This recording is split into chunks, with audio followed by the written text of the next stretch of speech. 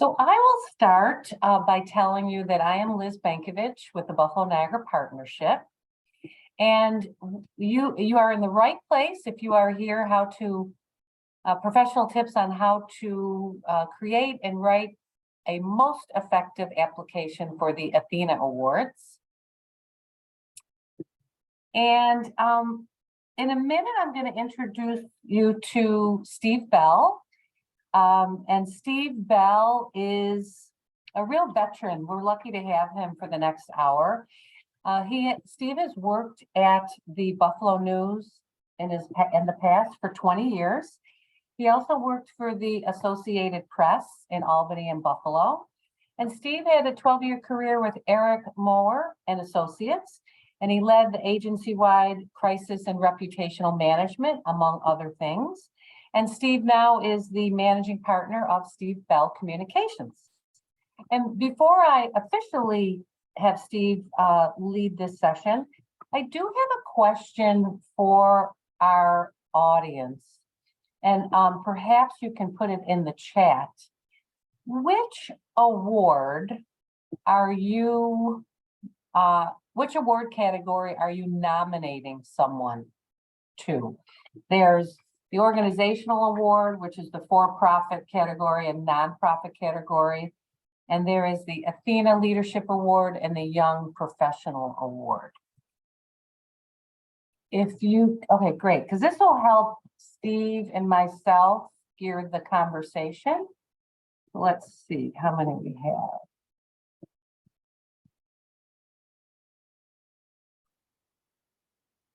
Okay, let's see.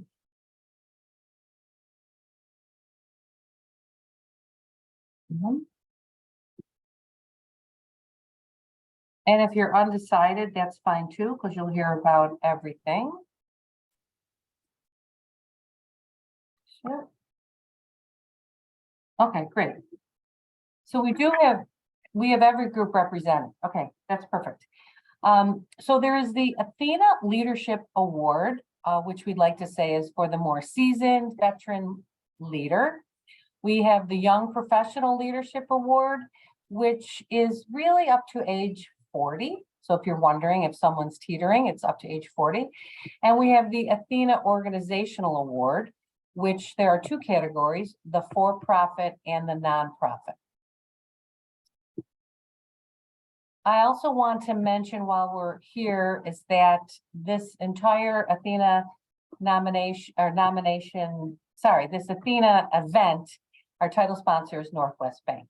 Worth mentioning, it's our sponsors that help make these events possible. So in each case, just in general, when you, Michelle, just go back to that last slide.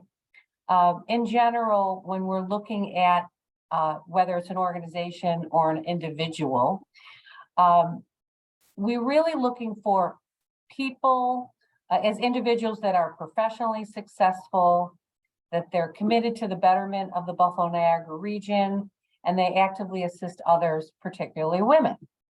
And when we look at each award, we'll just review how each application is weighted toward community service, personal leadership, and professional leadership. And for the awards for the organizations, it's organizations that support, develop, and honor women leaders, inspires women to achieve their full potential, and creates balance in leadership throughout Buffalo Niagara. So that just helps give a good explanation about the purpose of each award. So I will also say to you, encourage you to use the chat, and you can also raise your hand because this can be interactive. Steve will be presenting, and any questions you have or comments or clarification needed, we're here to help. So I will turn this over to Steve. Thanks, Liz, and thanks everybody for being here. I really do want to emphasize the, ask questions, make comments. I'm not a good lecturer. I'm much better at conversation. I sort of volunteered for this in an effort to broaden the success of people applying for ATHENA Awards, so that even if your organization or company doesn't have, a professional PR person who can write a knockout application, the idea was that that shouldn't hinder the organization or people who you're nominating. So this is kind of a primer on writing, on the specifics of the nomination, so that we can make all of you as successful as possible and make the application process more diverse, and more worthwhile for everyone.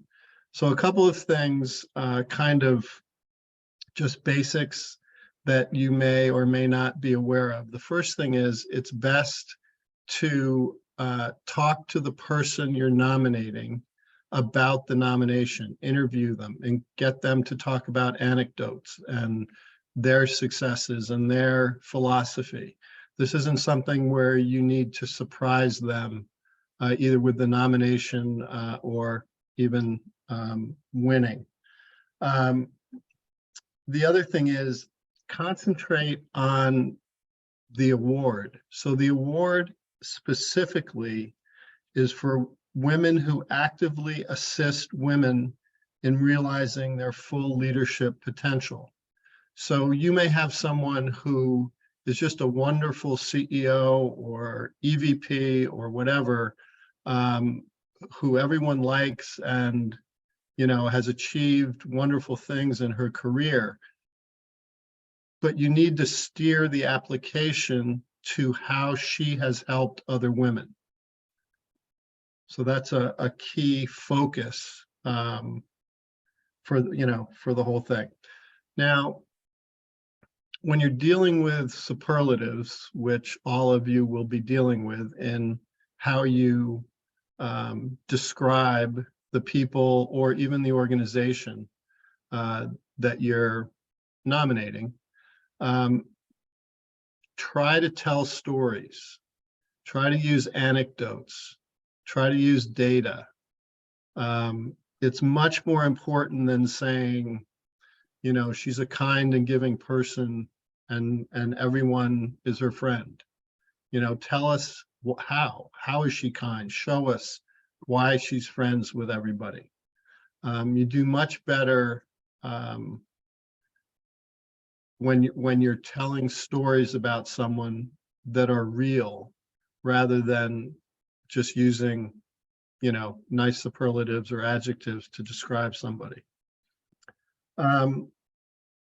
When you're writing the application, ask for help. Even if it's your responsibility to write the whole thing, have someone else edit it, have someone else review it. Everyone, no matter how good a writer they are, benefits from others looking at your work and helping you edit it. Obviously, you don't want to send in anything that has typos in it or misspellings or anything like that, but getting a couple of people to review it can be very helpful. Try to keep it tight, right? You're gonna be more effective if you're direct and clear rather than lengthy and voluminous in an effort to convince the jury that this is a worthy person. I think that we can probably work with the assumption that all these nominees are worthy of the award. It's what sets one above the other. And sometimes that can be how they're presented. What they do, how they do it, what their story is, how they've helped other women through the years. Writing itself is an act of ego. You take on a feeling of loyalty to your words, and that's why it's good to have someone else read it. Everyone gets edited. everyone gets edited. So don't feel that you can't share your nomination. Certainly make a case for why you think you should say something a certain way and not another way. You don't have to just listen to, editing is a collaborative process, but definitely open it up to others who, can help you and can sharpen the writing. Try to write in the active voice. So whenever you see the verb to be, was, could be, it's passive. So use those verbs that, we learned in first grade: run, hop, skip, jump, right? Make sure that your verbs are active. It just speaks better in the active voice when people are reading it. And that's often something that you catch on editing or rereading and rewriting. If you're nominating an organization and you have, or a company, and you have data that demonstrate why you should get the award. For instance, our organization 5 years ago had 4 women who were vice presidents and above. Now we have 18. That's a hard fact that shows progress. That's what Athena is about. That's not in and of itself going to win you the award as an organization, but it's the sort of data and evidence that speaks well, to this award. What else do I want to say? That keep it tight, I just want to emphasize. If you can say it in 3 pages, say it in 2.5. If it takes you 4 pages, say it in 3.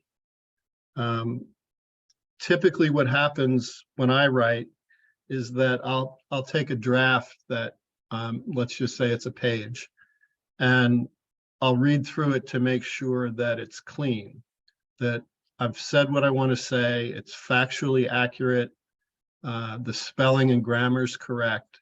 And then I'll go through it and see where I can save a few words, where I can say the same thing in fewer words, where I'm overemphasizing something that I don't need to overemphasize and repeating myself. So just the tighter that you can make it, the easier it is on the jury, which has to read quite a few of these, and the more focused you're thinking, and thereby, more clarity is brought to the nominee. So Liz, let me stop there, and if people have questions or comments or whatever, I'm happy to chat about that. Yeah. If you have a question, please raise your hand. And Steve, I wanted to expand on a few things that you said. Mm-hmm.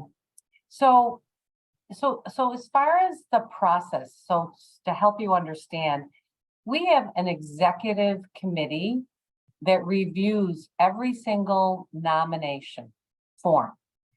And I've done it I'm part of that committee, but there are several women on the committee that are past recipients of the award, or women in leadership in the business community. And one thing that happens every year is that there are some applications that just don't give a really clear picture of who the person is or who the organization is. And you have to understand that we have a committee of both young professionals and more veteran women in leadership. And we do meet to review the applications. All of the committee members read the applications, and then we review them, and then each of us score them. And I will review the application with you to show you that. But one of the things why we meet is that we want to share information firsthand information about the company or the person. And oftentimes we hear, well, the application doesn't reveal this, but this person does this, this, and this. This is one of the reasons we're having this workshop, is because we really just want to help explain what we're looking for. And what Steve said about, you know, how they're presented, I think, and having someone else read the application, I think a really good thing to do if you have the time is, when you've written your application, give it to someone that doesn't know the person at all, and ask them to read it and to ask the question, does your response to our questions actually answer it? Because last year, more than I think any other year, we heard the committee say, we do not have an answer to the question. So it's tough, it's really tough to evaluate. Steve or Carla has a question. Let's jump to that question. Sorry. Oh, that's okay. Sorry. No, it's okay. Hi. Hi. That's Carla. I'm her coworker. I was the one who had the question. She's being very kind, letting me jump in. Thanks, Oh, Carla. The more the merrier.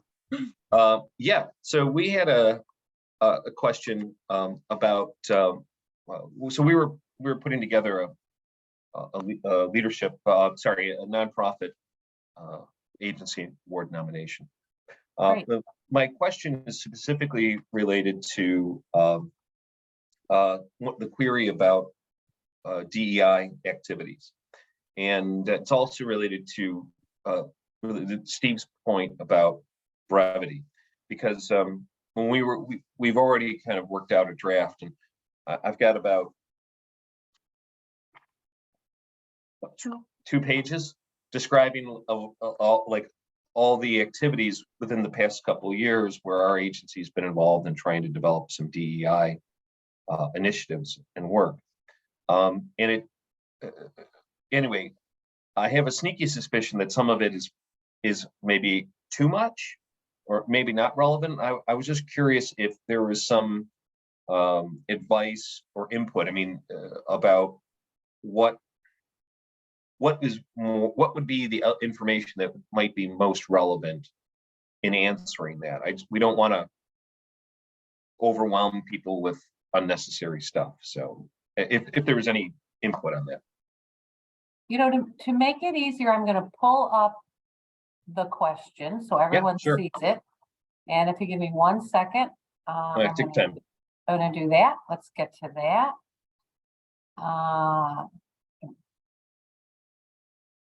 So this is the DEI question. Let's see. Okay, I'm going to share this.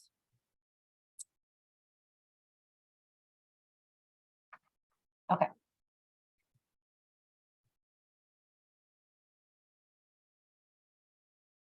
Okay, can everybody see that? This is one of the questions on the application, and it's under professional leadership. And the question I think you're referring to is this one. Yes, that's correct. Yep. How has the nominee helped advance their organization's diversity, equity, and inclusion initiatives, or their personal knowledge of DE&I? And Steve, I'm going to jump in as far as what I think we're looking for, and perhaps you can talk about how to frame it. You know, this is a new question, and we really felt we would be remiss if we didn't ask this question. And I would say to you that the organization doesn't necessarily have to be so advanced that they're leading in DE&I initiatives, because we know from the DE&I community assessment that the partnership and community partners recently executed. We know that organizations today versus 2 years ago are definitely working on DE&I initiatives. So there has been a leap in the actions by companies. We also know there is a difference between companies that have started and are advanced. And a lot of times it has to do with the size of the organization. It has to do with the commitment of the CEO and president. And it also has to do with, I think, probably the senior management team and as far as what they really want to dig into. So I think what we're really looking here is this on their radar? Have they started? Is the organization, do they do webinars or encourage it, or have they changed their hiring practices, to make sure they have a more inclusive employees? And also, are they making a really good attempt to make sure that there are enough diverse candidates in the pool? So it could involve all the initiatives. It can involve some initiatives. It can involve, they've laid out a strategic plan and they're just beginning. I think what we really just want to see here is this on their radar? I think to be an organization today for Athena that is the recipient of the organizational award, it should be on their radar. It should be something they're digging into. It could be a variety of ways, but digging into. And personal knowledge of DE&I, personal knowledge, this particular question, it's professional leadership. I think if they encourage, like, let's say a company pays for webinars when individuals want to take on a DE&I topic, or pays for extra training, or pays for books, that would signal, boy, this organization believes in it and is encouraging it. So does that answer it in some way? Oh, yeah. Yeah, for sure. Yeah, I would just add that everyone's at a different place probably in this process. And so what I would concentrate on is what distinguishes your organization. No one's going to judge you on where you are as much as what your commitment is.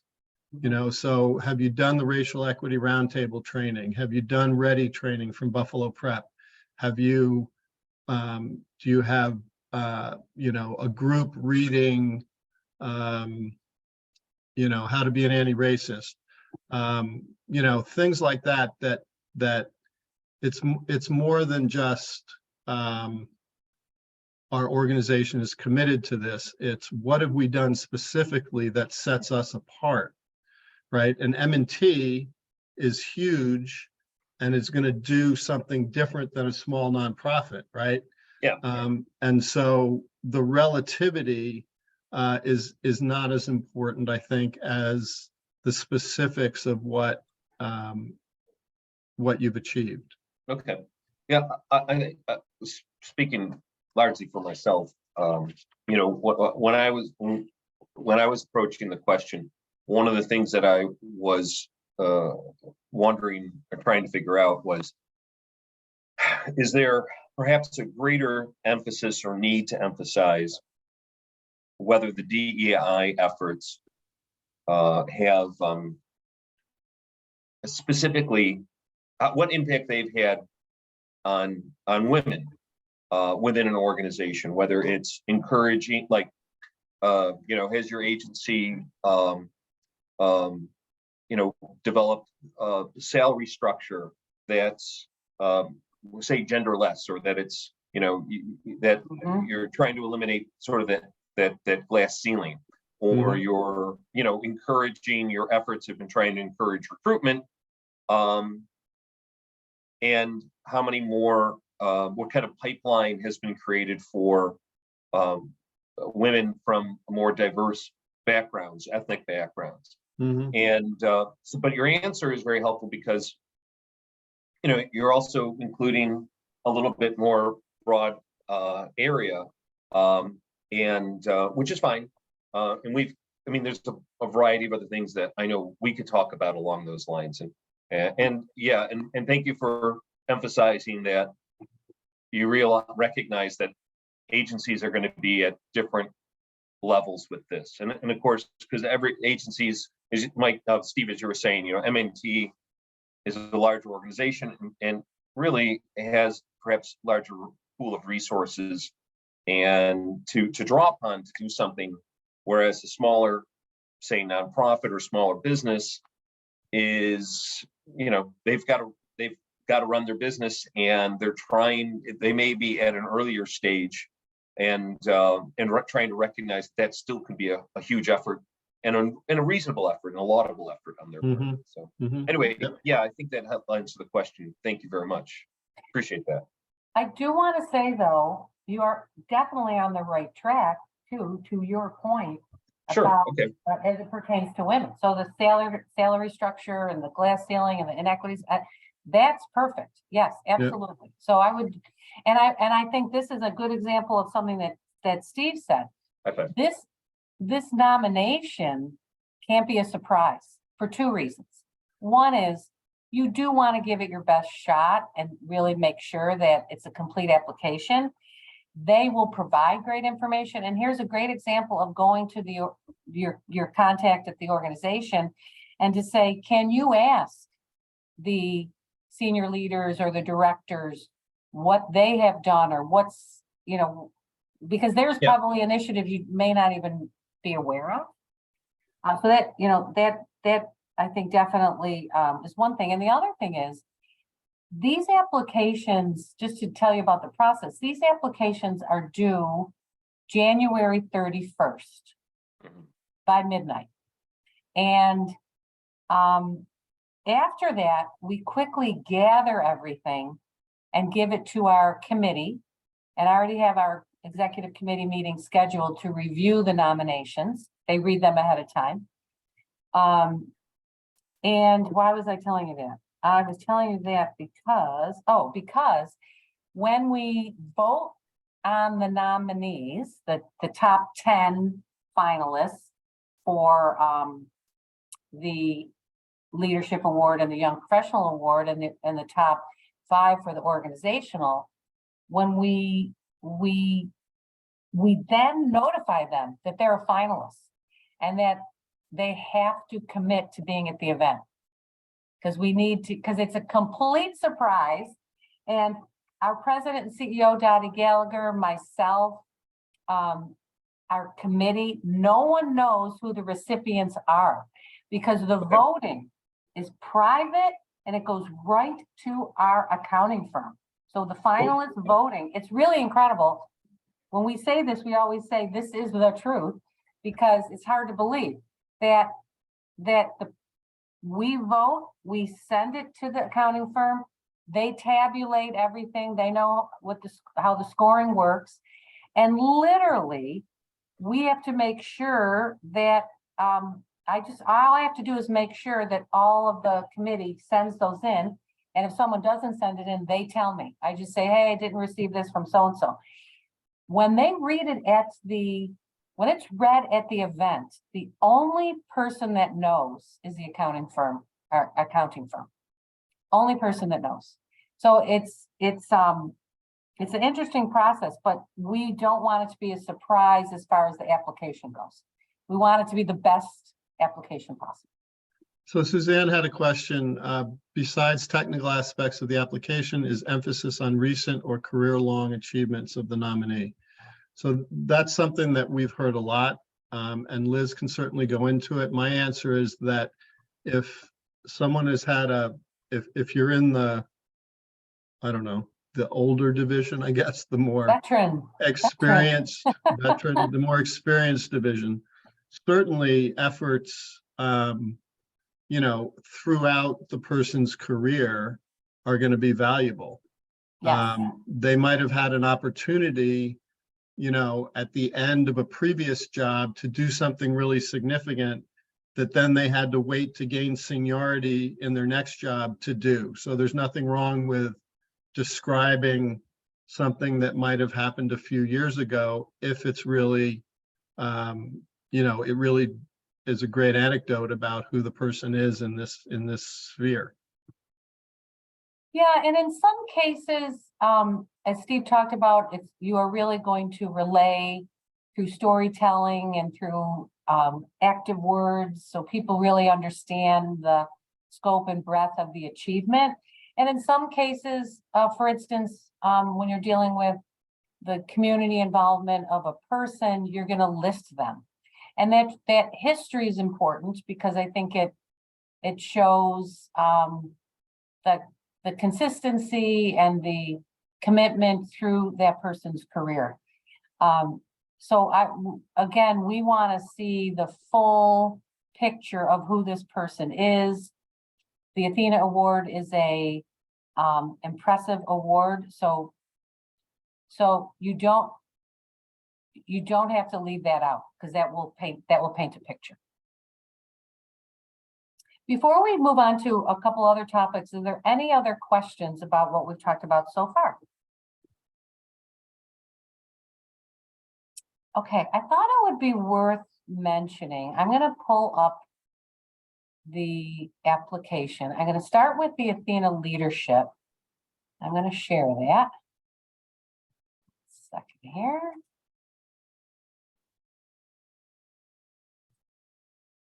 Let's see here. There we go. So,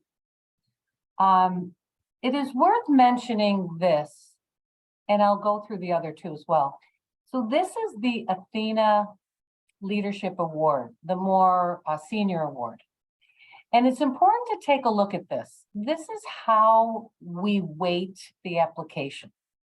So we weight professional leadership at 60%. So to the point of the last question, you absolutely want to have the past and present, because that will paint a bigger picture. But 60% of that application is weighted toward that. 20% of the application is weighted toward their personal community service, and 20% is weighted toward their personal leadership. And in the Veteran Award, I'm going to go back to something that Steve said, and it really pertains to this. He said early on that the award, or the person, the application should highlight how this person steers helping other women in leadership. That is very true of this more senior award. When you look at the Young Professional Award, the weight is different. So in the Young Professional Award, professional leadership is 25%. Community service is 25%, but personal leadership is 50%. And, you know, for a young professional, they don't have the history that a more senior person would have.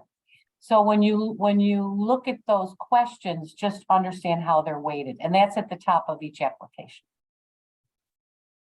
I thought since we were here, I would just go through a couple of the questions, and Steve can give some examples too on what makes a better answer as far as how to answer it. So this first one is professional leadership for the more senior award. Again, it's 60% weighted toward this. And I think when you look at the first question, and I can really talk about when we have seen this question answered before, what is a good response and what could use some work. So here it says, please provide examples of how the nominee has achieved the highest level of excellence in their business or profession. And the next part of this is, how has the nominee impacted the following: achievements of the organization, goals and objectives of the organization, and profitability and or net worth of the organization. So when you look at something like this, this is really all about how effective that person is in their business or profession. So it could be they would be a leader within their company, but that part about or profession, they could be a leader within their community, you know, a community of whatever their business is. So that's an important thing. You can definitely talk about both. You know, they may be on the board of a organization, They may be an active volunteer for another organization or the same organization. So this is why talking to the nominees is super important to find out all about what they do. And it's not that there may be a leader that, I mean, most leaders in the veteran state would probably be tied to profitability or the net worth of an organization through their work. It doesn't mean they have to be, you know, the vice president of sales, but they can be, you know, a vice president of HR that works, and that could tie into the DE&I work that makes for a stronger organization that helps with recruitment and retention. So you have to really kind of look at the question and see, you know, what the tie-in is. And then the next part of this, Liz, one quick, yeah. Suzanne had a question of the difference between professional and personal leadership. I would say that professional leadership is what happens in the company or organization. Maybe it's directed by a board. Maybe it's about profitability or expansion and growth, or developing new products or new initiatives, things like that. Personal leadership, I think, is two things: personal style, right? How accessible is this person? What kind of relationship does she have with the people she works with? But I'd also say it's outside of the company. What boards are, you know, is she on? What's her, you know, go-to outside of work to help the community? Excuse me. You know, she's on the SPCA board and, you know, led an effort during COVID to see that 57 dogs were adopted, you know, things like that. That sort of really personal things that show her values, show her her priorities, but don't necessarily directly tie into the organization or company. Yeah, and I would say you can take a approach within the organization, or as Steve said, outside of the organization. Because the personal leadership this is a person that's a veteran, their experience, they have a lot of experience with perhaps different organizations are the same, but it's how are they mentoring others? How are they encouraging other people in the organization to reach their full potential? How is that support demonstrated? And there are companies that have, I think, structured ways of doing this, and there are women that do this in an unstructured way. You know, they take it upon themselves, whether it's through their outside of the organization or within. And I think that this particular one I would pay attention to is in a writing style that Steve talked about. You know, instead of saying, you know, Mary is really helpful to the junior accountants at the organization, a more effective response is, how is Mary supportive of those junior accountants? You know, Mary has taken upon her, or, you know, Steve will say this better, but, you know, Mary has taken it upon herself to personally mentor 2 junior accountants by using her free time to help them do X, Y, and Z. As a result, they have assisted them in achieving X, Y, and Z. So it paints a picture of Mary's personal time, what the effort is, and what the result is, instead of saying, well, Mary is supportive of junior accountants. How, when, why, what's the result? Would you agree, Steve?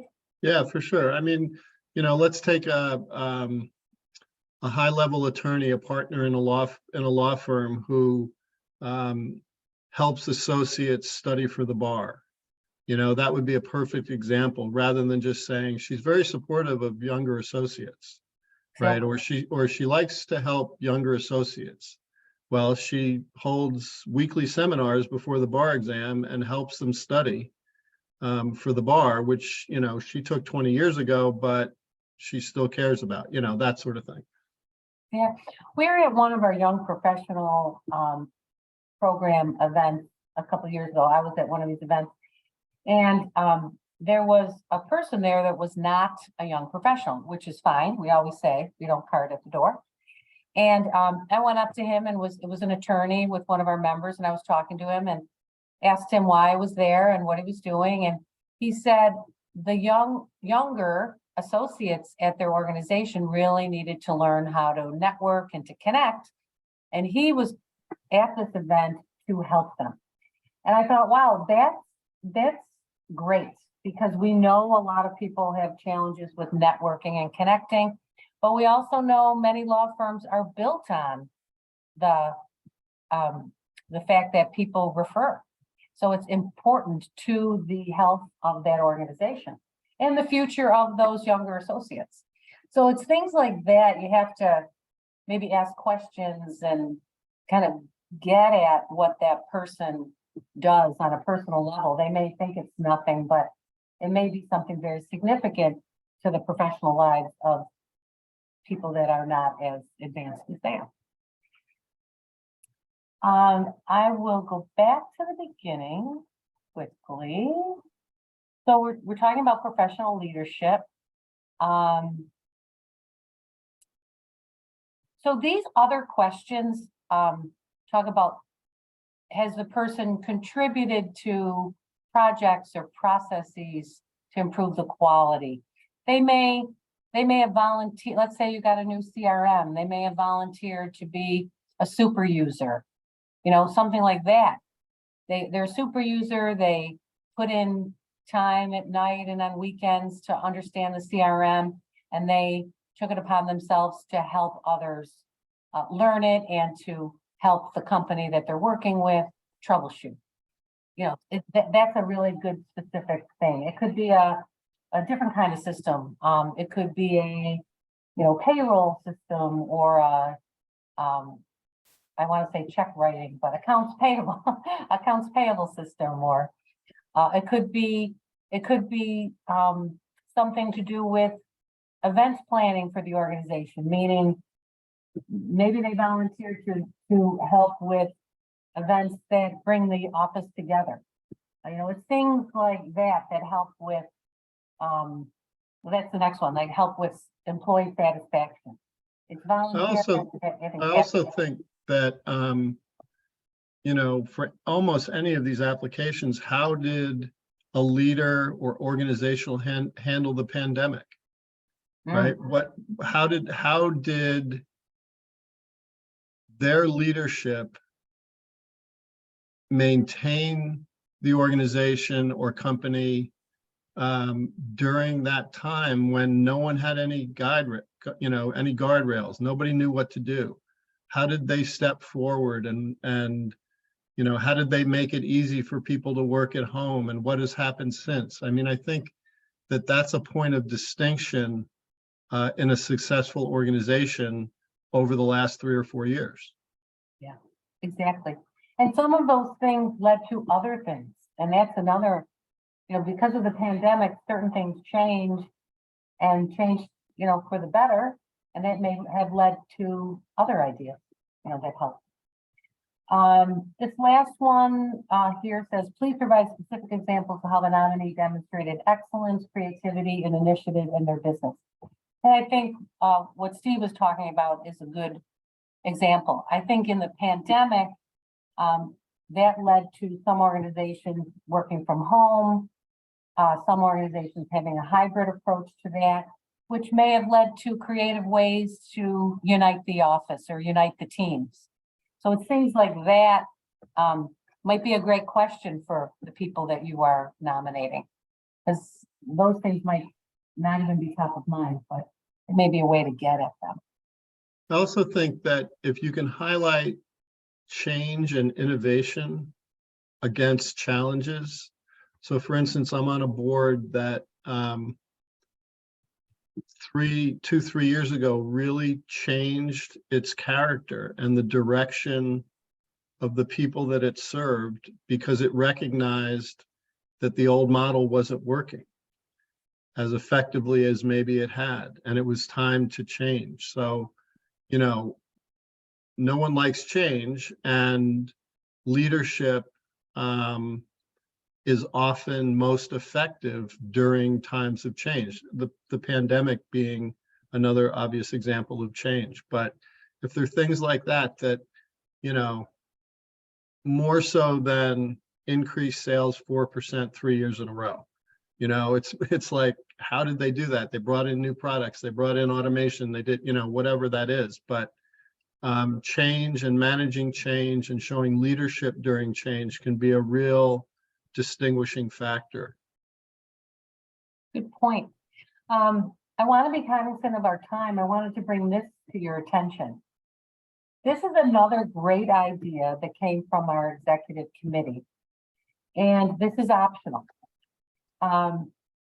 What we have found when we have these meetings to discuss the application, that oftentimes we hear it'd be great to speak to them, it'd be great to meet them, and it's just not possible because of the number of applications we get. But a way for the applicant, or the person you are filling this out for, the nominee, for us to get to know them better is this way. There's 5 questions here, and they can do a selfie video. And we mean it when we say we are not judging on quality. It doesn't have to be professional. We don't want anyone spending money on this. They literally can do a selfie, or somebody can film them on their phone. And it's answering 3 of these questions. And they can answer 5 if they want, because it's a minimum of 3. And you just upload that video with the application, and we will send that to our executive committee prior to us having the discussion. Again, optional, and it can be as simple as your own phone or someone else's phone. Any questions about that? And the other thing is, this is another important thing. If you want to do it, this is optional, but it does help. You can add up to 3 supporting collateral pieces. So if it's about the organization or about a person, it could be about their awards, it could be an article that was published about them, because it tells a different, you know, tells an enhanced story about them. But you just choose 3, and that's part of the application, and that helps your written application and the video, and this just paints a fuller, more complete picture.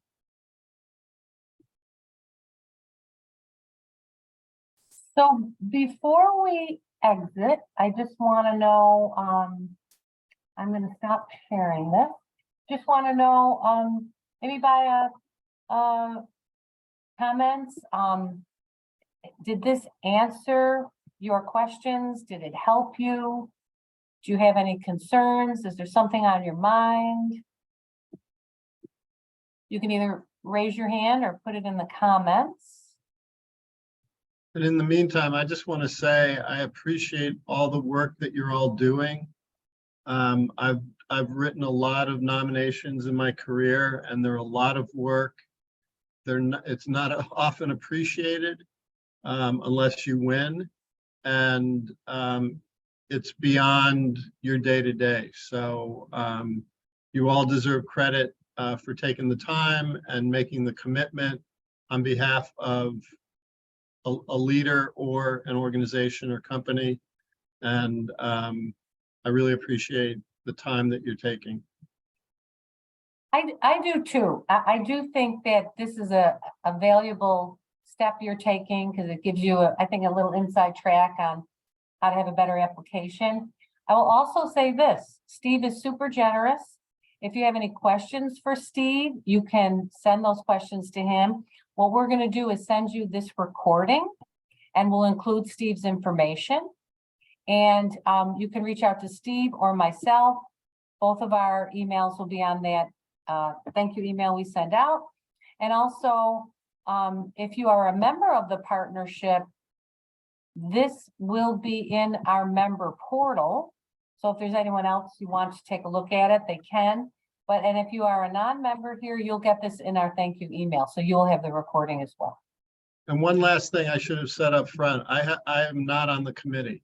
I don't have anything to do with evaluating the nominees or the nominations. This is just purely an effort to help you and the partnership attract the best possible candidates. Yeah, and Steve's a member of the partnership and he volunteered, and of course we said yes, and here we are. So the important deadlines, January 31st, please reach out to Steve or myself. We're happy to answer any questions, any concerns. And thank you for being here. Bye, everybody. Have a great afternoon.